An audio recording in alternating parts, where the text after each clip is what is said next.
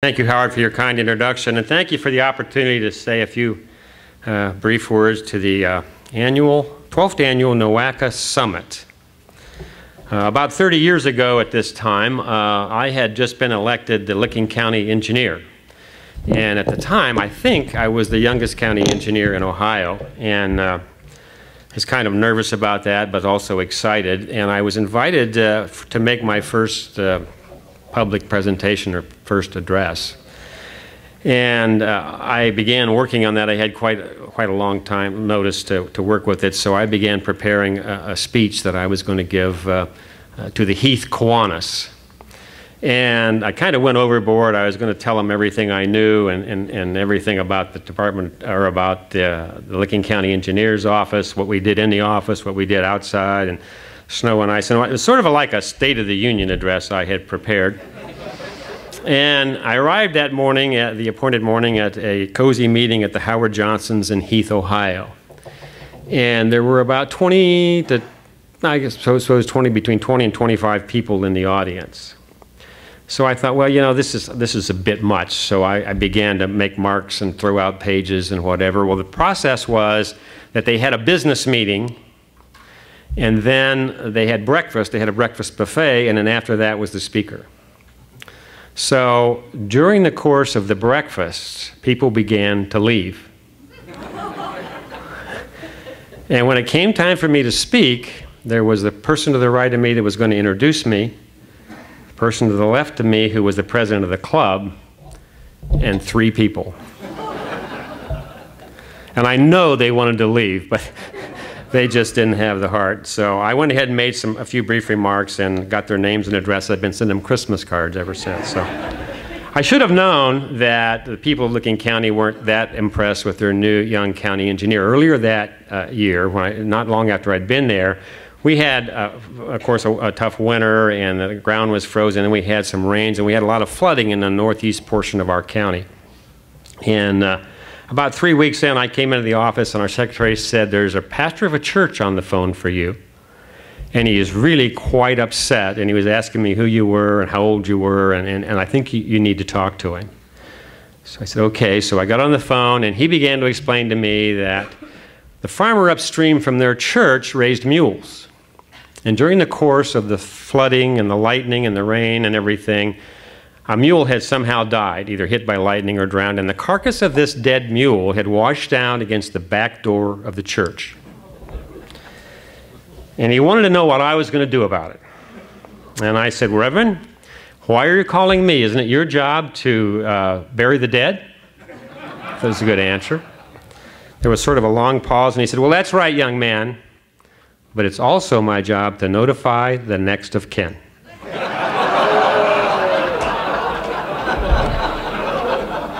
So I realized right away that I had a lot of work to do, and hopefully there wouldn't be any competition in the next election. It's good to be with you today. It's also very good to be once again associated with the people of the Ohio Department of Transportation and with Governor John Kasich. The governor is a man of integrity. He has bold ideas and a bold vision for Ohio. And I'm both proud and humbled to be a part of his team. And if I weren't humble enough, I live in Newark, which is east of Columbus. And I don't know if any of you have ever been there and gone out 161 north, but recently we had an improvement there, and there was a contentious property take, and the house is still there and it's abandoned. And the guy that owns the house decided to put a big sign on the side of the house that's been there for couple years now, and it says, "ODOT sucks." So every day I go by that sign morning and night, and I'm humbled, and I get a constant reminder that again we've got a lot of work to do. This is the beginning of a new administration. It still feels like the beginning because since the first day it's been quite a whirlwind, and you may have noticed that our governor has a lot of ideas.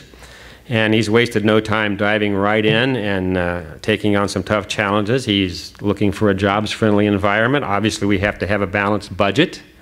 And we're looking for government reform and all of those things we believe are critical to making Ohio more competitive. He's off to a strong start, and I believe he's already produced some very significant results. At ODOT, We're finding ways to become leaner, more efficient, and more effective, doing things right and doing the right things. And sometimes in government, that second part of the equation is difficult, doing the right things, because there's such a mentality of avoiding risk, doing it the way we've always done it, that's what's safe. So we're fighting that battle. During the last time I was ODOT director, I was appointed about 2 weeks before the election.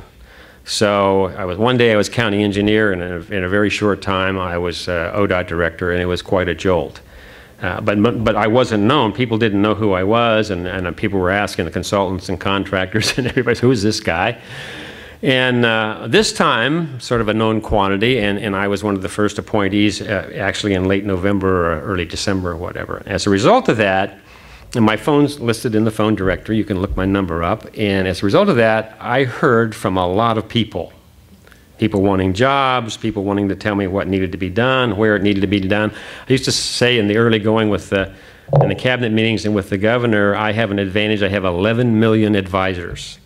And so I heard from a lot of folks, and we interviewed a lot of people for jobs. I don't remember exactly how many, but it was in a neighborhood of 40 to 50 people that we interviewed for various jobs. And one of the things we heard over and over again is that ODOT was not very local government friendly. That we didn't help local officials, local county engineers, and we didn't help them get their projects done. We just kind of laid it on them and let them flounder. And that is something we intend to change. We want to be your partners. And we do not want to be a barrier to what we know are much needed transportation projects. And I hope you've already seen a difference with folks like Myron and Tony and the folks in District 4 and District 12. And there's a lot of them here today, so I appreciate them being here, and I think they've already begun to make a difference. The thing that I understand is that we need to open our lines of communication, and that what we do has a big impact on this state. Transportation changes the state to a better place to work, a better place to live, a better place to do business. Fact is, private life, including private enterprise, depends on a publicly provided physical infrastructure. It's not optional, and it's not inexpensive. It's one area of public policy where there's really not much debate. Republicans and Democrats, conservatives and liberals, we're all against bridges falling down. We're all for access, mobility, options, and safety. Whether it's NOACA or ODOT, we need to produce. And by produce, I mean at the retail level. For us, retail level means our core tangible results. Delivering projects, filling potholes, plowing the snow, mowing the grass. When I was a county engineer, it was a lot easier and a lot more simple, you might say. Most of the people in the county it was a somewhat rural suburban county, and you could kind of understand what folks wanted. At ODOT, it's a little different. No matter what we want to do, how we want to do it, whether it's mow the grass or leave it grow or whatever, if somebody's for it and somebody's against it, they have an association, they have a lobbyist. When I was the county engineer, I used to say to our guys, our job is simple. Bridge open, road smooth, ditch clean. That's what we do. Bridge open, road smooth, ditch clean. I'd like to think it's not that much different now. We need to take care of the basics. And we talk a lot nowadays about the retail level. It's not about computer printouts. It's not about studies or reports. It's not about any paper at all. It's about pavement, rail, bus, mobility, and access. We need to move and act at the speed of business and not at the speed of statute and regulation, although it seems like we're stuck in government sometimes with the speed of statute. Now, as you all know, budgets are tight, unemployment is high, and I believe that transportation can play a significant role in getting our people back to work and reviving the Ohio spirit. Unfortunately, right now, the revenue outlook is not very good. Hard times have hit our citizens, and they've faced them for several years, and that's translated into fewer vehicle miles traveled, fewer fill-ups at the pump. With the new technology advancements and the new fuel economy standards, people are getting far more miles per gallon, which is a good thing, but it does result in less money for state, federal, and local governments. The decreased revenue isn't our only concern. Inflation has taken a major toll on what we're able to do. It costs us $158 today to buy in construction what we could buy for $100 in year 2000. So that's a big bite. I used to describe our program as a federally assisted, state-administered program. Down through the years, there was always more state money than federal money. But then there began the Reauthorization Act after Reauthorization Act, more categories, more programs, more regulations, more design standards, and more federal money. In 2000, for the first time, those lines crossed, and now there's more federal money in our program than there is state money. So for the first time ever, and it looks like this is the way it's going to be continuing into the future, we are what I call now as a state-administered, federally driven program. We just can't do much without the federal government. Having stated that, for the first time in U.S. history, we're looking at the very likely possibility that if we get a new federal transportation reauthorization bill, it will provide less money than the last bill. For years and years and years and decades, each bill would come out, it would be a 5-year, usually a 6-year bill, and they would ballyhoo that there's going to be a lot more money this time than there was the last time, and it just kept growing. We're looking at the first time, again, in American history that we're going to see less money in the next bill than we have in the last bill. We've been operating for over 2 years with a continuing resolution, and the uncertainties of the federal commitment make it very difficult for us to plan. I mean, how can you make a budget when you actually don't know how much money you're going to have? We're hearing from reliable sources that it's unlikely we'll have a bill this year. Next year is a presidential election year. So that means some people think it will be after November of 2012 before we really get serious about funding transportation in this country. I hope that there are some statesmen. I know we lost one when George Voinovich left. He's one of the finest public servants I ever knew, and one of the finest statesmen, and he was not afraid to stand up and say we need to do something. He believed in infrastructure.